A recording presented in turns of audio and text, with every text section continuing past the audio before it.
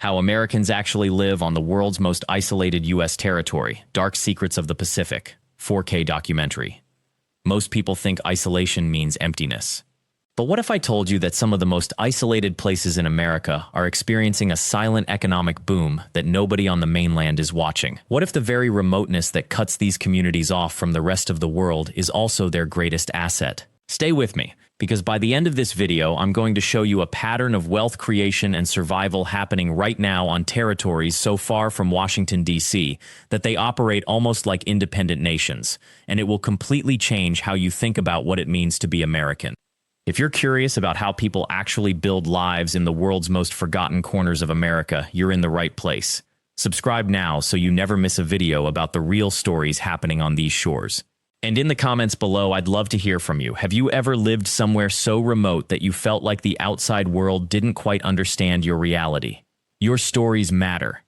Wait, this part is crucial for understanding what comes next. Before we go any further, I need to tell you that we've created a comprehensive guide that unpacks all the economic, historical, and cultural patterns that make these territories tick. This isn't just documentary footage. It's the foundational map that explains how island economies actually work, what drives them, and why the mainland has no idea. You can find that guide in the description and in the pinned comment. It's the reference material that will make everything you see in this video click into place. Now, let me take you to a place that most Americans couldn't find on a map if they tried.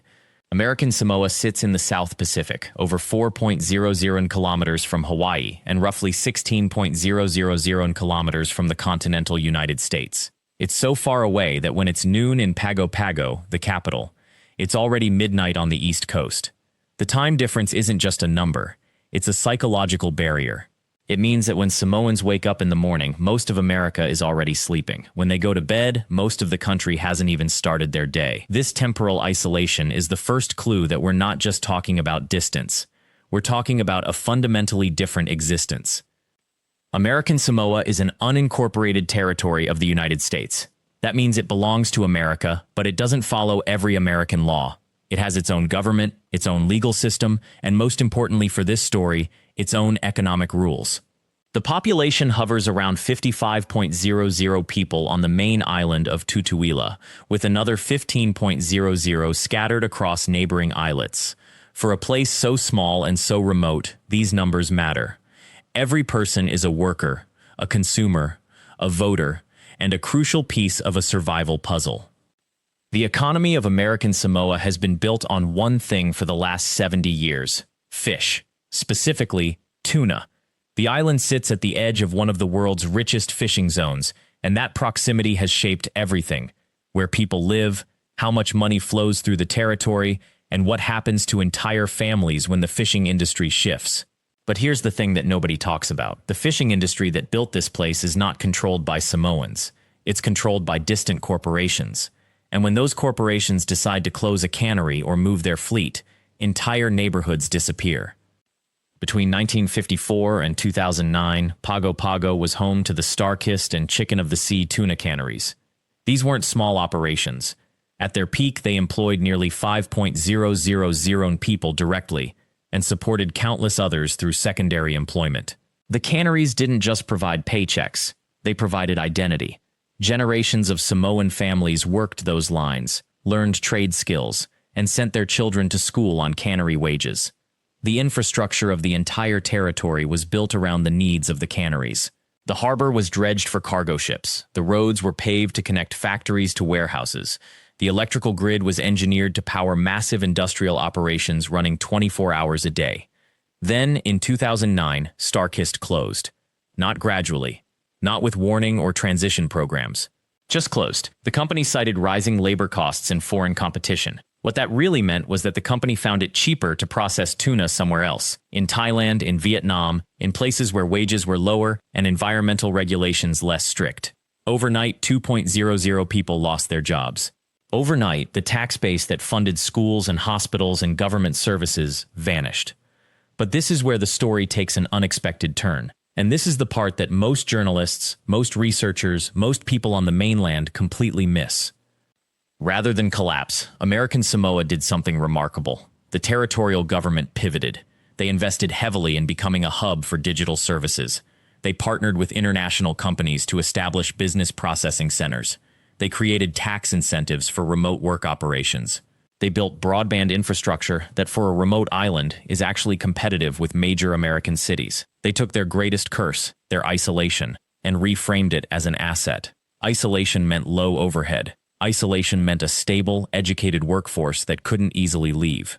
Isolation meant a government that could move fast and implement policy without bureaucratic gridlock. Today, business process outsourcing accounts for more than a third of the territory's employment. Companies across America outsource their customer service, their data entry, their back-office operations to Samoa. When you call a financial services company, when you fill out an insurance form online, when you interact with a help desk, there's a genuine possibility that the person helping you is sitting in an office in Pago Pago, looking out at the Pacific Ocean. These workers earn decent salaries by Samoan standards, often between $2.5,000 and $4.5,000 per year. For American Samoa, that's middle-class income. It's the kind of money that lets you afford a car, send your children to better schools, help extended family members. And here's the crucial part. That money stays in the local economy. It doesn't leave the island. It doesn't get transferred to distant shareholders. It gets spent at local restaurants, local shops, in supporting local services. The fishing industry had made Samoa vulnerable because it relied on external corporations. But the business processing industry made Samoa something different. It made the territory a genuine economic participant in the digital economy. The geography that once seemed like a death sentence became an opportunity. But Samoa is just one island in a vast constellation of American territories scattered across the world's oceans. Each one has its own story. Each one has faced its own crisis and developed its own survival strategy. And if you understand what happened in Samoa, you start to see patterns that repeat across the Caribbean and the Pacific, patterns that nobody in Congress seems to be paying attention to. The U.S. Virgin Islands sits in the Caribbean, roughly 1.00 kilometers southeast of Florida. It's a territory that most Americans associate with vacation postcards. What they don't see in those postcards is the economic fragility underneath the tourism image. The islands, St. Croix, St. John, and St. Thomas being the largest, have a combined population of around 100,000 people. Tourism accounts for nearly 80% of the territory's economy. That sounds impressive until you understand what it actually means. It means that when a hurricane hits, when a cruise ship line decides to reroute, when wealthy tourists shift their vacation preferences to a different destination, the entire economic foundation shakes. During the pandemic, when cruise ships stopped sailing and tourists stopped flying, the Virgin Islands experienced an economic contraction of more than 40% in a matter of weeks. Hotels closed, restaurants shut down, workers were laid off. And unlike the mainland, there was no safety net. Small, isolated economies don't have the diversity of income to weather massive shocks. So what did the government of the U.S. Virgin Islands do? They did exactly what American Samoa did. They diversified. They invested in renewable energy infrastructure. They created special economic zones that attracted tech companies and remote work hubs. They positioned themselves as a jurisdiction where companies could establish operations with significant tax advantages. They're even exploring cryptocurrency regulations, attempting to become a hub for digital asset companies seeking regulatory clarity. The result is the same pattern. A territory that once relied entirely on tourism is now developing secondary and tertiary economic streams. A diversified economy is a more resilient economy. And a more resilient economy means that when one sector faces a shock, the community doesn't collapse. Then there's Guam. And Guam's story is different still. Guam is strategically located in the Western Pacific, equidistant from Japan and the Philippines, roughly 2,400 kilometers from Hawaii. For the United States military, Guam's position is invaluable. It's one of the most important military installations in the entire world, a massive anchor point for American military presence in the Pacific. And that military presence is the foundation of Guam's entire economy. Nearly 25% of Guam's population works directly for the Department of Defense. Another 40% works in jobs that depend on defense spending, construction companies that build military housing, restaurants that serve military personnel, security contractors, supply chain companies. The military budget is to Guam what tuna fishing was to Samoa in the 1970s. It's the single most important economic force. But here's where Guam's story becomes more complicated. Because Guam isn't just economically dependent on the military. Guam is geopolitically dependent on the military. In the context of rising tensions with China, in the context of American military strategy shifting toward the Pacific, Guam's strategic importance is only increasing. The Department of Defense is planning a massive expansion of Guam's military infrastructure, new bases, new facilities, tens of billions of dollars in investment. For Guam's government and Guam's people, this represents both enormous opportunity and enormous risk. The opportunity is obvious: jobs, infrastructure investment, tax revenue, economic growth. But the risk is more subtle. It's the risk of becoming even more dependent on a single economic sector. It's the risk of having your entire future determined by geopolitical decisions made thousands of kilometers away in Washington, D.C. What Guam has done to mitigate that risk is fascinating. The territorial government has been actively encouraging economic diversification, just like Samoa and the Virgin Islands. They're developing the tourism sector in ways that complement rather than depend on the military economy. They're investing in digital infrastructure, in tech startups, in renewable energy. They're trying, methodically, to create alternative economic streams so that if military spending ever changes, if geopolitical priorities shift, if budgets are cut, Guam isn't devastated. Now here's the pattern that emerges when you look across all of these territories. Each one started from a position of extreme economic vulnerability. Each one was heavily dependent on a single industry: fishing, tourism, military spending, agriculture. Each one faced a moment of crisis, when the industry shifted, when the employer left, when external forces changed the rules. And each one responded by doing something that mainland politicians and economists often struggle with. They pivoted rapidly. They didn't wait for federal support that might never come. They didn't lobby Congress for months or years. They made decisions and implemented them. They took their greatest strategic disadvantage, remoteness, isolation, geographic distance from major markets, and reframed it as their greatest strategic advantage. The reason the mainland doesn't know about this is the same reason the mainland doesn't know much about these territories at all. They're out of sight, they're out of the news cycle. Washington, D.C. doesn't pay attention to them unless there's a crisis. The media doesn't cover them unless there's a disaster or a scandal. Academic researchers don't study them unless they're writing a dissertation on obscure topics. And so, tens of thousands of Americans are quietly building something remarkable in these remote places, and almost nobody is paying attention. But there's something deeper here that I want to explore with you. Because understanding how these territories have survived economically isn't really the central question. The central question is how they've survived culturally. How do you maintain a sense of identity, community, and belonging when you're thousands of kilometers from the rest of your country? How do you raise children to be American citizens when they've never set foot on the American mainland? How do you preserve traditions and languages and cultural practices when the dominant culture is always trying to pull you toward homogeneity? These are the questions that don't get answered in economic reports. These are the human dimensions of remoteness that economics completely misses. End part 1. In Guam, a woman named Maria sits every afternoon in her small home, working the same loom her grandmother taught her to use 60 years ago. She doesn't do it for money. She does it because stopping would mean letting something irreplaceable disappear. The patterns she weaves are chamorro. They carry stories embedded in every thread, narratives about the land, the ocean, the people who came before her.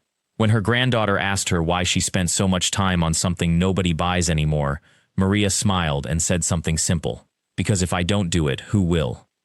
That question haunts every cultural practice in America's remote territories. In American Samoa, young people grow up speaking English in school, scrolling through the same social media feeds as teenagers in Los Angeles, watching the same Netflix shows. But at home, their parents and grandparents still speak Samoan fluently, a language with no written script until colonizers arrived, a language that carries an entire worldview embedded in its grammar and metaphors. When kids stop speaking it at home, when they prioritize English, something profound gets lost. Not just words, a way of understanding family, obligation, connection to land, respect for elders. The language isn't just a communication tool, it's a container for an entire culture. Education systems in these territories face an impossible balance. The schools must teach English fluently because these are American territories. Children need English to compete economically, to understand American law and systems, to have opportunities beyond their islands. But teaching English fluently, teaching American history and American culture, can slowly erode the local language and local history. It's not malicious, it's structural. It's what happens when a small community is legally and economically bound to a much larger power. In the U.S. Virgin Islands, I spoke with a high school teacher named David who showed me his history curriculum. He told me that he's supposed to teach American history, the Founding Fathers, the Civil War, the Civil Rights Movement, westward expansion. All of that matters. But he also wants his students to know about the Danish colonial period, about the slave revolts that happened here specifically, about the unique history of these islands. He tries to weave both narratives together, but the standardized tests don't care about local history. The tests are written in the continental U.S. They measure knowledge of continental U.S. history. So there's constant pressure to prioritize the larger story over the local one. David isn't angry about it. He's sad because he watches bright students memorize facts about the Compromise of 1877, something that happened thousands of kilometers away and has almost no connection to their lives, while the stories of their own ancestors get compressed into a few paragraphs in a textbook's Caribbean region chapter. This tension between being American and being local lives inside every person who grows up in these territories. It's not a problem with an obvious solution. It can't be solved by simply deciding to reject American identity or American education. These territories are geographically isolated but economically entangled with the United States. Young people need to leave to find jobs, to attend college, to build careers. Many will move to the mainland. They need English. They need familiarity with American systems, and yet staying connected to home, to language, to local identity feels equally essential. A fisherman named Marcus, who works out of Saipan in the Northern Mariana Islands, told me something that stuck with me. He said that the younger generation, the people in their 20s and 30s, they're caught between two gravitational forces pulling in opposite directions. One pull is toward the mainland, better jobs, better education, better opportunities. The other pull is toward home, toward family, toward belonging, toward knowing your place in a community where everyone knows you, where you have responsibilities that go beyond yourself. Most people make the choice to leave. They move to Hawaii, to California, to the mainland. They send money back to their families. They visit when they can afford it, and they live with a kind of permanent homesickness, not because the mainland is bad, but because leaving means choosing one identity over another, at least partially. It means becoming a diaspora, someone living away from the place that shaped them. But something unexpected happens to people who leave. In their new cities, they become keepers of their culture in a different way. They form community organizations. They cook their grandmother's recipes and teach them to their own children. They celebrate their heritage holidays. They connect with other Samoans, other Chamorros, other people from their islands who also left. These diaspora communities become the new containers for cultural practices that couldn't survive in the original place. This is something you won't find in any economic report about island territories. The economic reports talk about jobs, income, poverty rates, federal spending. They measure things that can be quantified, but they completely miss the psychological and cultural weight of remoteness. They miss what it costs a person to be perpetually far from home. They miss what it takes to raise a generation that feels at home in a place they were born, but that can't provide them with the kind of future they need. Before we continue, I need you to hold something important in your mind for a moment. Understanding what I'm about to share with you requires understanding the deeper patterns and mechanisms that shape life in these territories. That's why I've created a comprehensive guide that goes far beyond what we can cover here. It breaks down the economic systems, the cultural pressures, the historical context, and the real decisions people face every single day. You can find that guide in the description and the pinned comment. It's the place where all the pieces of this puzzle fit together. What's remarkable about these territories is how different they actually are from each other, even though they all share the fundamental condition of American remoteness. Guam in the Western Pacific is developed and militarized. The U.S. military presence is enormous. Andersen Air Force Base alone is one of the largest military installations in the world. This shapes everything about Guam's economy and its culture. There's money there, but it comes with strings attached. The military controls much of the land. Military families cycle in and out. There's always tension between military interests and civilian interests. American Samoa, by contrast, is much poorer and much less militarized. The U.S. military presence is minimal. The economy is almost entirely dependent on two things: fishing and federal spending. There's a tuna cannery that's been operating for decades, though it's recently faced severe economic pressure. And there are government jobs. Many American Samoans work for the territorial government or receive some form of federal assistance. It's not sustainable. Everyone knows it's not sustainable. But the alternative, developing a more diverse economy, is almost impossible on an island so remote and so small. The Northern Mariana Islands have a third economic model. They rely heavily on tourism, mostly from Japan and South Korea. There's diving, there's history tourism related to World War II sites, there's cruise ship visitors. Tourism brings money, but it's seasonal and it's fragile. When the pandemic hit, tourism disappeared overnight. Businesses closed. People who depended on tourism income suddenly had nothing. The economic model revealed itself to be precarious in a way that nobody wants to admit when times are good. And the U.S. Virgin Islands exist in their own complex situation. They have oil refining, massive petroleum refineries on St. Croix that process crude oil and export refined products. That's been their economic backbone for decades. They also have tourism, and they have federal spending, but the oil refining industry is facing pressure from climate change policies and from the shift toward renewable energy globally. In 20 or 30 years, refining might not be viable anymore. The VI government hasn't really developed a plan for what comes next. What all of these territories share, despite their economic differences, is vulnerability. Each one's economy is built on something that could change rapidly. A military decision could reduce presence in Guam. The tuna stock could collapse in Samoa. Cruise ships might stop coming to the Marianas. Oil refining could become obsolete. And when these economic foundations shake, the people living there have limited alternatives. They can't simply pivot to new industries because geographic isolation makes that nearly impossible. But economic vulnerability is only part of the story. There's also the political dimension. These are not independent nations. They're territories of the United States. That means people born there are American citizens, which is a legal status, not a small thing, but they have limited political voice. The residents of these territories can't vote in presidential elections. They have non-voting delegates in Congress, which means their representatives can speak and propose legislation but can't actually vote on laws. If the U.S. Congress passes a law, those territories must follow it, even if the people there unanimously opposed it.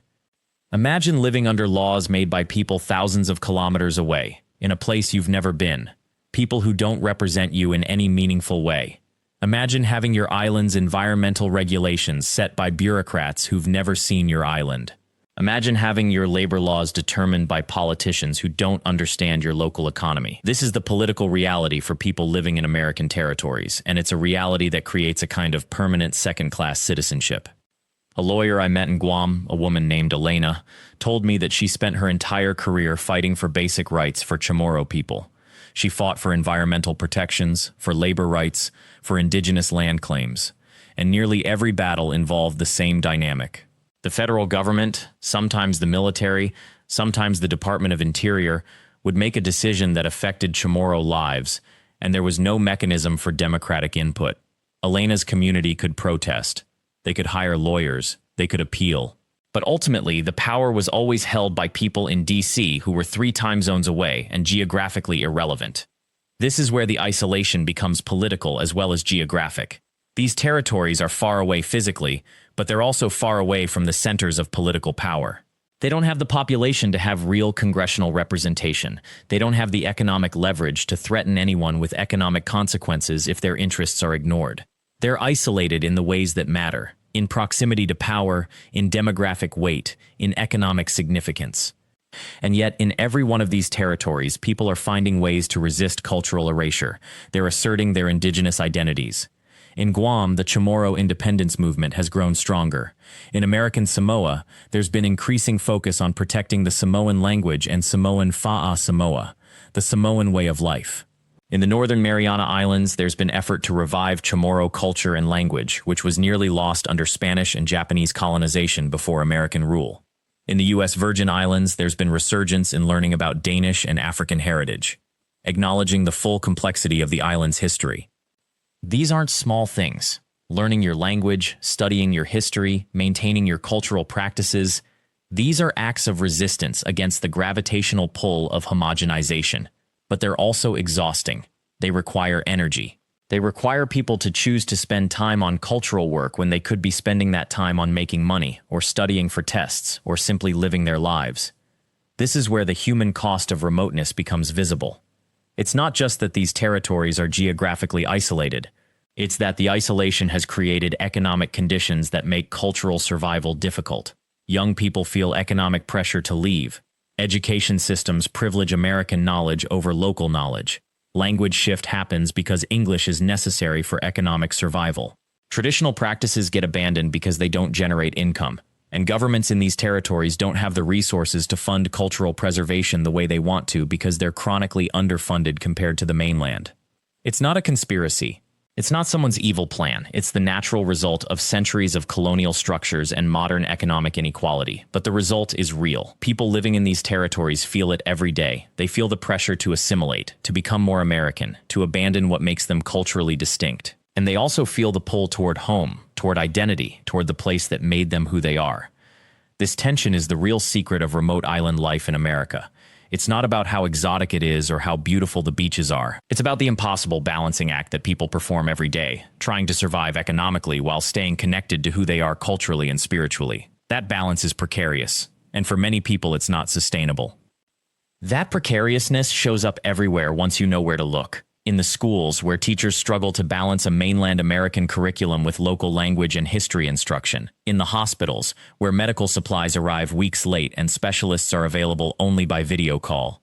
In the fishing communities, where young people watch their fathers head out to sea, knowing that the fish populations are declining and the seasons are becoming unpredictable.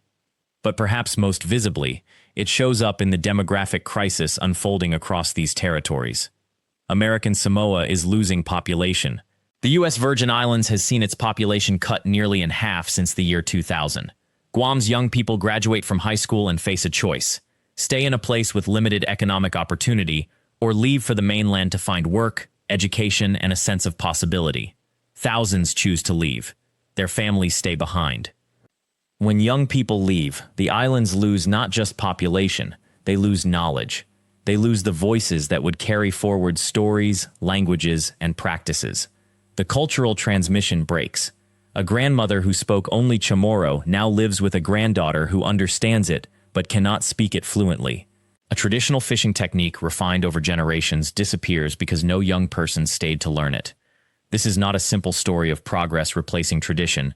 It is a story of erasure, and the people living in these territories understand this. They talk about it in their homes. They worry about it. Many of them are working deliberately to prevent it. Walk through the main town of any territory and you will find these pockets of resistance. A cultural center teaching young people the language their parents stopped using at home. A historian documenting oral histories before they are lost. A chef reviving traditional recipes that nearly disappeared. A musician blending traditional instruments with contemporary sounds, trying to make the culture feel alive and relevant to young ears. These efforts are real, and they matter. But they exist within an economic system that constantly pushes the opposite direction. A young person can learn their language in a cultural center, but the good jobs are in tourism, military service, or government, fields that all demand English fluency and often reward assimilation. A family can cook traditional meals at home, but the grocery store is filled with cheap, imported processed food. A musician can perform traditional music, but the money is in cover bands at resort hotels. The islands exist in a permanent state of economic compromise. They are American enough to be dependent on American markets and American military spending, but they are geographically far enough away that they are treated as afterthoughts. They are valuable enough that the U.S. maintains sovereignty over them, but not valuable enough that the U.S. government invests seriously in their long-term development. Before we continue, I need you to hold something in mind. This video presents the surface of these stories, the observations you can make by visiting and talking with people. But the deeper mechanics, how colonial structures actually perpetuate economic dependence, why federal policy treats these territories differently than states, what the historical choices were that created this moment, those explanations live in our complete guide, available in the description and pinned in the comments. The guide breaks down the patterns and systems behind what you are seeing here. It is the place where you get the full architecture of why these places feel the way they do. If you want to understand these islands beyond a surface level, that guide will take you there. This brings us to one of the least discussed aspects of island life in America: the psychological weight of isolation. It is different from the geographical isolation. The islands are indeed far away, but there is another kind of distance, a sense of being forgotten, of existing on the margins of the national consciousness. Most Americans could not locate these territories on a map. Most Americans do not know they exist. Most Americans do not realize that people living there are American citizens, that they serve in the military at higher rates than mainland citizens, that they pay some taxes. When disasters strike, and they do, with increasing frequency due to climate change, the federal response is often slow and inadequate. When economic crises hit, the territories are hit first and hardest. A hurricane in Puerto Rico in 2017 killed nearly 3.00 people. The federal response was criticized as slow and insufficient. A typhoon in Guam poses constant threat. Climate change is raising sea levels, and the islands sit only meters above the current waterline. The future threat is not hypothetical, it is present. And for many people, it is driving decisions about whether to stay or go. Those who stay do so for reasons that mainlanders often struggle to understand. It is not always rational, it is not always economically optimal, but it is real. People stay because their family has lived on this island for generations, because leaving feels like abandonment, because the ocean, the language, the food, the rhythm of life, the way the sun hits the water at a particular time of day, these things are woven into who they are. An older woman in the U.S. Virgin Islands explained it this way: "My grandmother was born here. My mother was born here. I was born here. My children were born here. Where else would I live? This is my place." The logic is not economic, it is existential. The island is not a location on a map, it is the ground of identity. But that existential claim exists under constant pressure. Young people who grew up on the island leave for college and do not come back. They build lives on the mainland. They marry someone from away. Their children grow up without the language, without the connection. The next generation visits as tourists. This pattern repeats across all the territories. American Samoa has the highest per capita military enlistment rate of any American demographic group. Young Samoans join the military partly for economic opportunity, partly for education, partly because it is a path that leads away from home. Some return after service, many do not.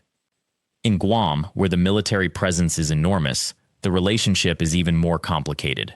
The U.S. military is both a source of employment and economic stability, and a reminder of colonialism. Guam hosts some of the most important American military assets in the Pacific.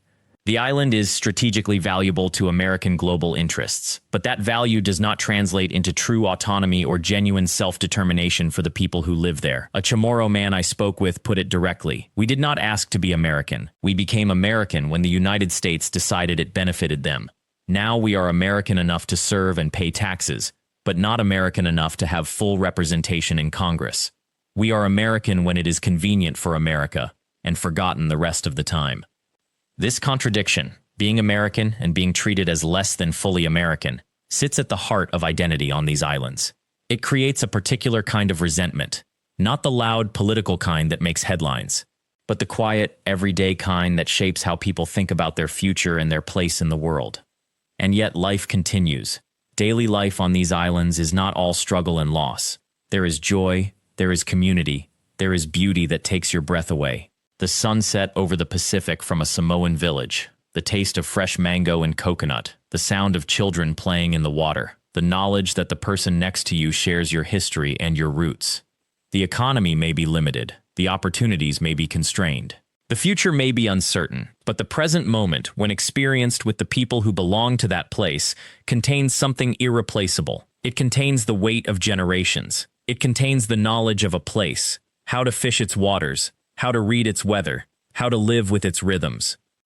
That knowledge is not easily replaced. That connection is not easily broken. And that is why, despite all the economic pressures, despite all the incentives to leave, people remain. They remain because staying means something. It means you are refusing to let your place disappear into history. It means you are claiming a kind of dignity and belonging that the economic system does not recognize. To truly understand what it means to be American in these territories, you have to understand this. You have to see beyond the statistics about poverty and unemployment. You have to look at the actual people making actual choices in real time, carrying the weight of history and culture while trying to navigate a modern economy that was not built with them in mind. That is the work of actually knowing these places, not visiting them as a tourist. Not reading about them in a news article, but sitting with people, listening to their stories, understanding what home means when home is thousands of miles from the American mainland and surrounded by nothing but ocean. Next, we will explore what the future actually looks like for these islands. The climate crisis is not coming to these places. It is already here. Rising sea levels, changing weather patterns, and increasing storms are reshaping the physical reality that people live in. And the choices that territories make now will determine whether their cultures and communities survive the next century intact. That story is coming up. The climate crisis is not something these islands are preparing for. It is something they are already living through, every single day. And this is the secret I promised you at the beginning. The revelation that changes how you understand what it means to be American on these isolated shores. The territories do not have the resources, the political leverage, or sometimes even the scientific data to fight what is coming. Mainland America debates climate change in comfortable homes with stable infrastructure. Out here, people are watching their beaches disappear. They are managing flooding that happens not once a year, but multiple times. They are calculating whether the homes their families have occupied for generations will still exist in 30 years. American Samoa faces something even more urgent. The territory sits in what scientists call the Pacific's warm pool, the warmest part of the entire ocean. The water temperatures are rising faster there than almost anywhere else on Earth. Fish populations are moving. Coral is bleaching. The food systems that sustained Samoan culture for 1,000 years are unraveling in real time. What makes this crisis different, what makes it uniquely painful for these communities, is the profound injustice of it. The per capita carbon footprint of someone living in American Samoa or the Northern Mariana Islands is a fraction of the American mainland average. These islands did not cause the climate crisis. They did not build the infrastructure that fills the atmosphere with greenhouse gases, and yet they are drowning in consequences they did nothing to create.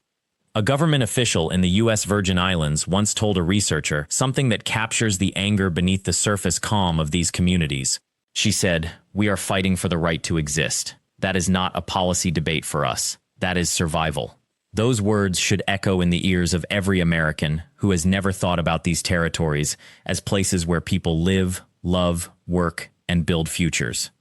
The solutions being pursued are creative, but they are also fragile. Some islands are investing heavily in renewable energy. Solar installations spreading across Guam, wind projects planned for the Virgin Islands. But the infrastructure is expensive. The expertise is limited. The political will from Washington varies with election cycles. Meanwhile, the ocean keeps rising.